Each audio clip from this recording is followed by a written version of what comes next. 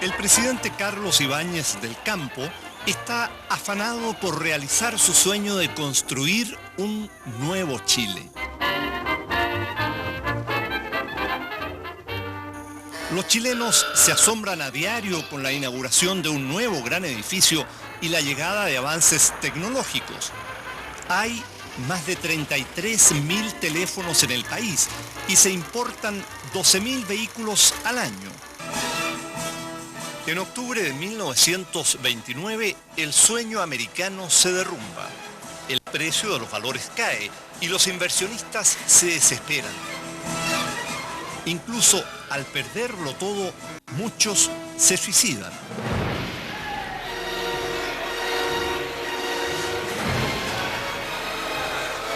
Mientras la depresión azota al mundo, Chile vive su sueño con entusiasmo. ¿Sería este orgulloso nuevo Chile capaz de resistir la más grande y profunda depresión económica del siglo XX? El general Ibáñez ha sido ministro de Guerra con Arturo Alessandri, ministro del Interior con Emiliano Figueroa y con una aplastante mayoría ha sido elegido presidente en 1927. Le dicen el caballo Ibáñez y gobierna con puño de hierro. Claramente no está dispuesto a tolerar ninguna oposición a su sueño de un nuevo Chile. En tanto, la depresión deja a 40 millones de trabajadores sin empleos en todo el mundo. Hay hambre y desesperación. Como si la depresión fuera una amenaza lejana, el caluroso 1 de enero de 1931, los chilenos oyen por radio el mensaje de Año Nuevo del presidente Ibáñez. Es un mensaje cargado de optimismo. Es muy halagador para mí que las circunstancias ocasionales por las que atraviesa el mundo entero hayan sido atenuadas en Chile merced de una severa política de economías. Así, alentada por el presidente, en Viña del Mar la gente se vuelca a la inauguración del Palacio Presidencial de Cerro Castillo y del Teatro Municipal. Con bombos y platillos se estrena el elegante Casino de Viña durante la gran fiesta de Año Nuevo.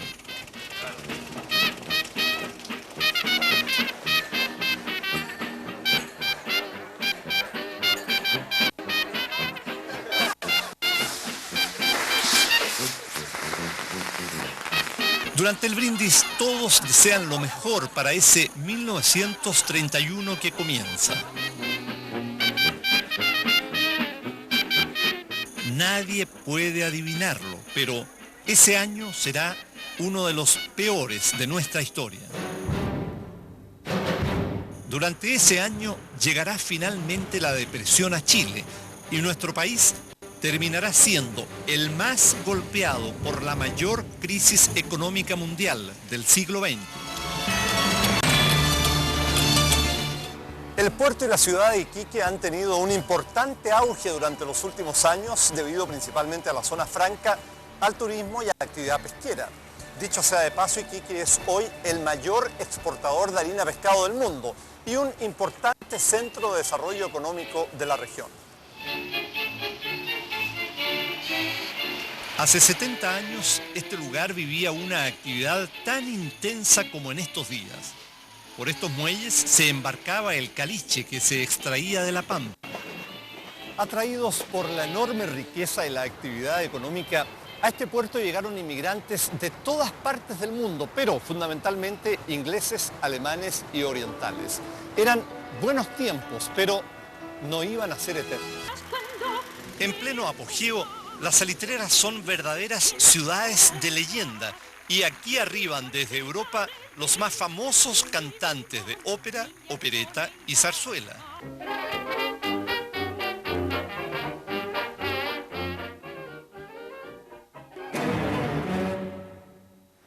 Pero abruptamente la fiesta de la Pampa termina. La recesión obliga a todos los países a reducir sus gastos. Muchas naciones prefieren el salitre sintético, considerablemente más barato. el tiempo de salitre sintético, entonces obligado que paralizar todo eso. Así que no hay más que hacer, entonces la oficina se ocupa todo. El fantasma de la crisis recorre el desierto de Atacama. De 38 oficinas salitreras, quedan funcionando solo 6. No, se cerraron todas juntas. De a poquito los campamentos, que ya no, este campamento no corre, este otro campamento tampoco, esta oficina tampoco no va a correr. Así principiaron. La gente sufrió mucho, ¿eh? Cuando pararon las oficinas, sufrió mucho. Porque dejaron todo botado. Fueron con los puestos nomás. Los últimos que salimos fuimos nosotros. Pero era una desolación, al último a mí me daba miedo.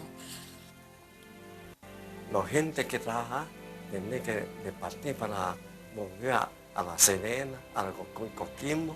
Entonces la Pampa queda vacía.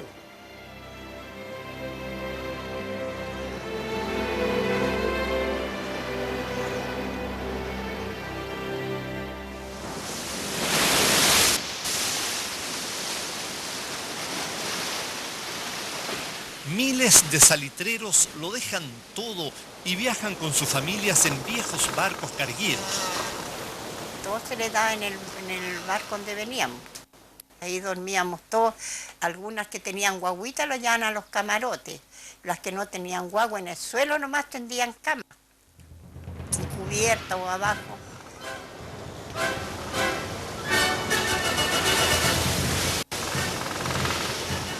Y la altura de Coquimbo, ahí sí que es tremendo. Ahí llega a crujir el barco. Ahí lloran. La gritería más grande. Si ahí se murió toda la familia de mi mamá. Murieron todos, no se libró nadie.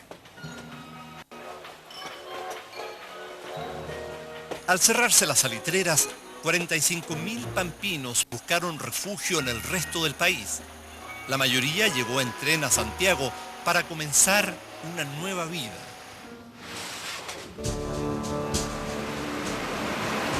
Esta ciudad, que en esa época tenía un poco más de 800.000 habitantes, simplemente no dio abasto y se produjo un hecho increíble. La ciudad se llenó de piojos, lo que provocó una gran epidemia de tifus exantemático que causó la muerte de 6.000 personas en solo 2 años. Hoy somos 5.400.000 personas las que habitamos en esta metrópoli, 7 veces la cantidad que vivía aquí en aquellos años de pobreza y cesantía. En 1930, el traslado masivo de los mineros y sus familias marcó lo que sería la primera gran migración del siglo.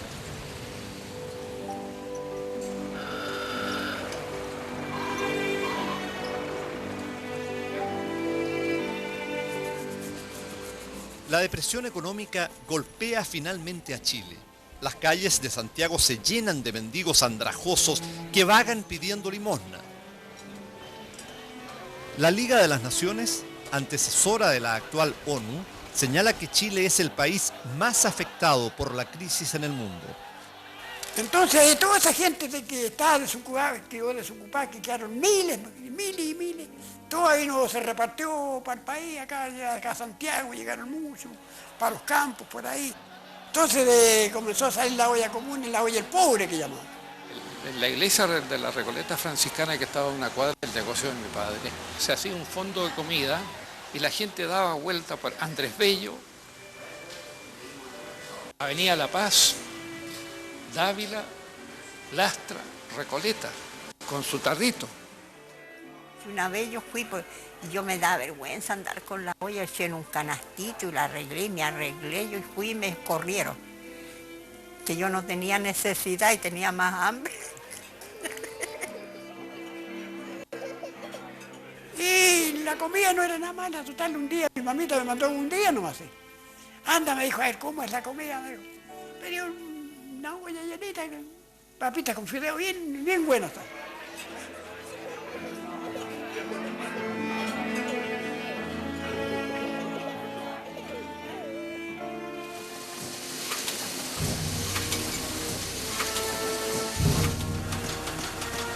Contrariando los sueños de Ibáñez, la dramática situación del país simplemente ya no puede disimularse. La crisis es vox populi. Hay protestas en las calles. El joven estudiante de medicina Jaime Pinto muere a manos de la policía. Tras su funeral, manifestantes y carabineros se baten a tiros. Un profesor de historia del Liceo de Aplicación recibe una bala perdida y muere en plena calle. Santiago parece una ciudad en guerra. A las pocas horas, los médicos, los abogados, los ingenieros se botan en huelga. De inmediato se suman los farmacéuticos, los dentistas y los profesores. Todos se unen para derrocar a Ibáñez. En La Moneda, un alicaído general Ibáñez se encuentra aquejado de una fuerte gripe. Sus colaboradores le oyen decir: cada día un entierro. ¿Qué hice para merecerme esto? Incapaz de controlar el caos, el presidente abandona el gobierno. Las Últimas Noticias saca una edición especial que se convertirá luego en el vespertino La Segunda.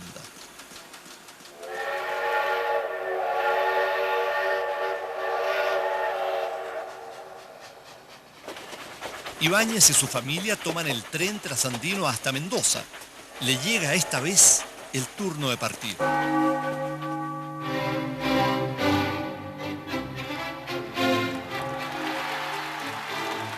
Los opositores al gobierno salen a celebrar.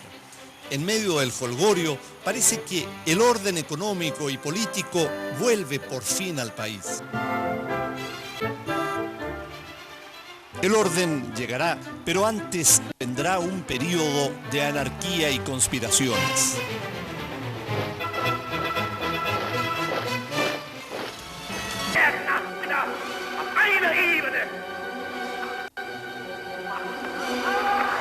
En 2 años, la depresión económica se ha expandido como un cáncer y aquellos que prometen matar el capitalismo y destruir el liberalismo económico ganan adeptos en todo el mundo. En Alemania, en 1933, llega al poder Adolfo Hitler, quien asume como canciller. En Italia, el fascismo de Benito Mussolini se fortalece día a día. Mientras, en la Unión Soviética, el dictador José Stalin, en nombre del proletariado, ejerce el poder total.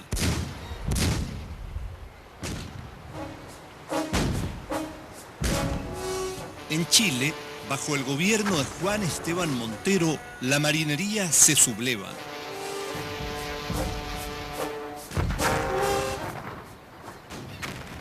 El alzamiento es controlado por la Fuerza Aérea y el Ejército. Era tanta la miseria, tanta la desesperación, que empezaron a aparecer grupos destinados a derrocar el gobierno de Montero, a conspirar. El presidente Montero dura solo 8 meses. El 4 de junio de 1932 es derrocado por el comodoro del aire Marmaduke Grove.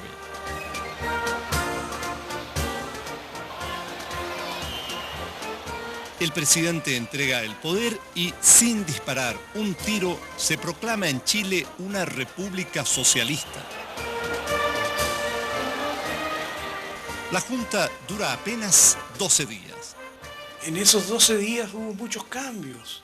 Se produjo la amnistía de los marineros, se produjeron la devolución de muchas cosas empeñadas de la gente, las máquinas de coser. Se dictaron algunas normas económicas. Muchas de esas normas quedaron vigentes y que después fueron aplicadas en la práctica por otros gobiernos. Caló hondo en Chile, fue un chispazo de esperanza. Son días frenéticos. Los entusiasmados rebeldes forman comités revolucionarios para convertirlos en los soviets chilenos. Pero se les acaba el tiempo. Los gobiernos se derribaban unos a otros. venían, los marinos derribaban a los militares derribaban los aviadores derribaban a otros, se cambiaban gobierno y junta más junta. Tras la primera junta se suceden otras tres. Carlos Dávila, presidente de la tercera y la cuarta junta, se autoproclama presidente provisional. Finalmente, en septiembre, también es destituido. Es la anarquía. El caos termina con las elecciones de 1932 y vuelve a la moneda Arturo Alessandri Palma. Ya no es el mismo que en 1920 triunfó con los renovadores sones del Cielito Lindo. Incluso ha cambiado su pequeño Fox Terrier por el intimidante sabueso Hulk. Siempre estaba con mi abuelo echado, pero una vez llegó a presentar credenciales al embajador de Hungría y usaron un sombrero con una pluma, un bicornio creo que era, con una pluma. Y el perro, bueno, empezó a mirar a estas cosas grandes con plumas que llegaba, y en el momento en que levantan las cartas credenciales para entregárselas al presidente, el perro se le tira encima y lo tira de espaldas. Eso es cierto, eso ocurrió. En pocos años, Alessandri restablecerá el orden y recuperará la economía. Sus medidas no serán de los más populares, pero él sigue siendo uno de los hombres más carismáticos del siglo. Muy admirado por las mujeres, muy admirado por los hombres, rodeado de gente que lo halagaba. Él era dicharachero, mal hablado, muy franco, muy directo y un seductor. En las elecciones presidenciales de 1932, que dieron el triunfo a Arturo Alessandri Palma, votó apenas el 8% de los chilenos. No podían hacer, por ejemplo, los jóvenes, los analfabetos y tampoco las mujeres. Hoy la situación es completamente distinta. Estas lolas, al igual que cualquier joven chilena, al cumplir los 18 años, podrá perfectamente votar y elegir a sus gobernantes. Hace medio siglo esta situación era absolutamente inimaginable. Para llegar a lo que hoy nos parece tan corriente o tan común como es que la mujer pueda votar en las elecciones o trabajar fuera de su casa, las abuelas y bisabuelas de estas niñas tuvieron que recorrer un largo y difícil camino. Bajo la batuta de Delia Mate, el Club de Señoras había dado una larga lucha por más participación. En 1935, las mujeres chilenas reciben una buena noticia. Ejercerán por primera vez el derecho a voto, aunque solo en las elecciones municipales. Me fue muy elegante, con un gran sombrero, muy bonita, y fui a votar por un regidor del Partido Radical. Contenta, diría yo. Contenta, la mujer se puso muy contenta con el voto. Con mucha conciencia empezamos a trabajar ese día. Y yo voté para regidor, el primer regidor fue por Moisés Río. Como que había conseguido la cosa más linda de mi vida. De las 95 candidatas a regidoras, 25 resultan electas.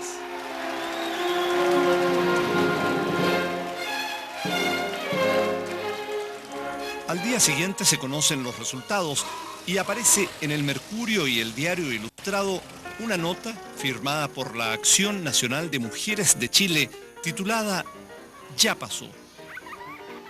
Luego de esta elección, la mujer puede sentirse tranquila para regresar al ámbito que le es más propio, el hogar, donde se encuentra su máxima plenitud como tierna madre y amante esposa. En 1935, en Moscú, el 7º Congreso de la Internacional Comunista aprueba los llamados Frentes Populares para detener el avance del fascismo. En España, el recién estrenado Frente Popular triunfa en las elecciones generales de 1936. 5 años antes, la monarquía había sido reemplazada por una república. Son tiempos de gran inestabilidad, con huelgas, asesinatos, levantamientos y persecución a la Iglesia Católica. De pronto, las calles de Santiago se llenan de marchas, con jóvenes luciendo camisas y pañuelos pardos, verdes, grises y negros, muchos de ellos dispuestos a dar batallas golpe a sus adversarios. En 1933, la fundación del Partido Socialista reagrupa a anarquistas, sindicalistas e intelectuales surgidos en el convulsionado inicio de la década. Años después, un grueso contingente de jóvenes católicos abandona el Partido Conservador y forma la Falange Nacional. Los alessandristas también se organizan, crean las milicias republicanas.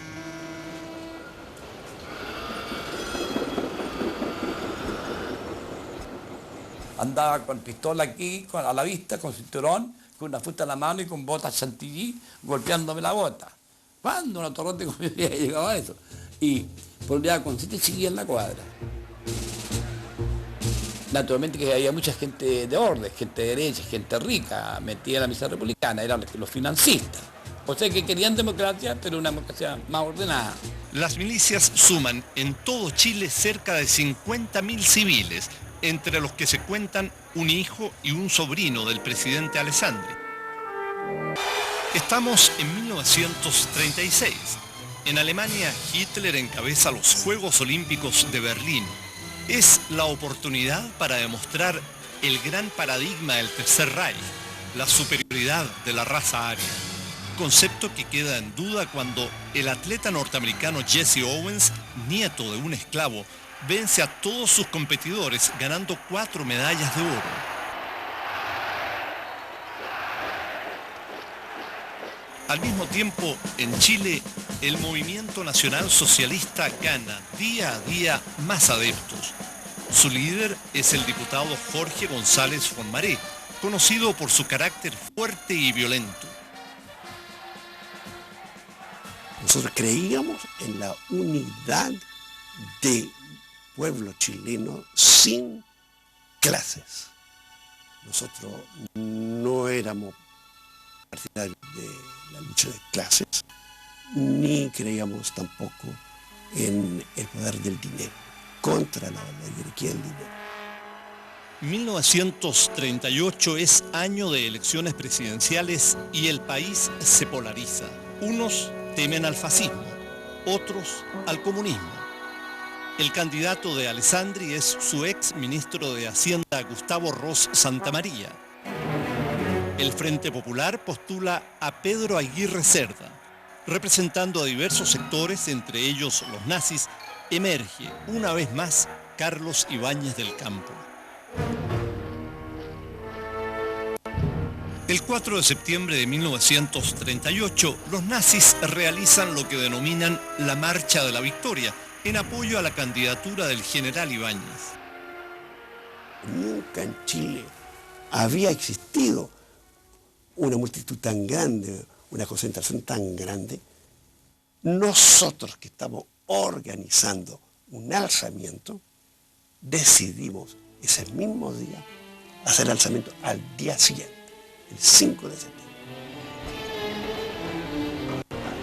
Ese lunes 5 de septiembre, con el objetivo de votar a Alessandri, 63 jóvenes nazis se toman la casa central de la Universidad de Chile y el edificio del Seguro Obrero, hoy Ministerio de Justicia. Para nosotros era una pelea más, ¿no? Claro que nunca los pensamos cómo iba a terminar esa pelea. Alessandri, a metros de distancia, en La Moneda, no tarda en oír el alboroto y ordena que repriman la toma. Se produjo entonces la llamada por Alessandri de los militares y pidió que cañonearan la universidad. Entonces los muchachos hicieron salir de la universidad, brazos en alto. Desde la universidad, los jóvenes son llevados detenidos al edificio del Seguro Obrero. Carabineros ocupa el edificio y acribilla sin resistencia a los sublevados. Ahí subió un oficial y dijo, ya niño, acabemos con esto, dijo. Terminemos con esto. Y se sintió un solo guaragazo nomás, o sea, balas, detonaciones.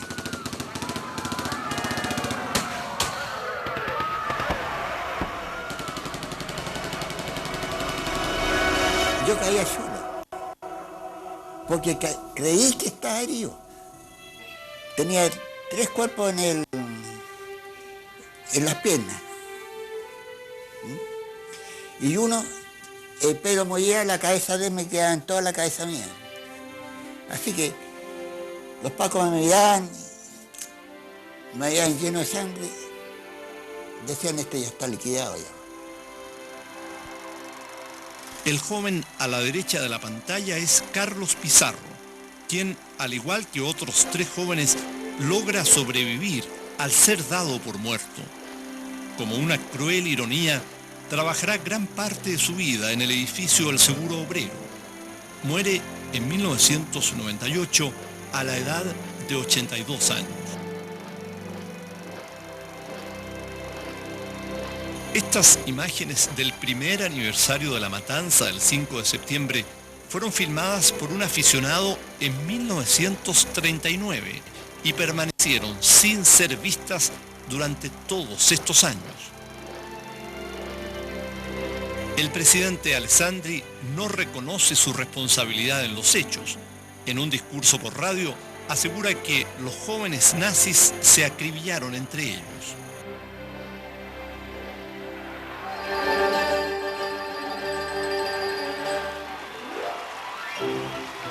El 3 de diciembre de 1938 se inaugura el Estadio Nacional. Es un símbolo de la recuperación económica y uno de los últimos actos oficiales del presidente Alessandri antes de dejar su mandato. Una cerrada silbatina lo recibe. Ya no es el ídolo que fue. El costo político de la matanza se ha hecho sentir. Pedro Aguirre Cerda es elegido presidente apoyado por radicales, comunistas y socialistas agrupados en el emergente Frente Popular. Con su triunfo se inicia un periodo que abre para algunos grandes temores y para otros nuevas esperanzas.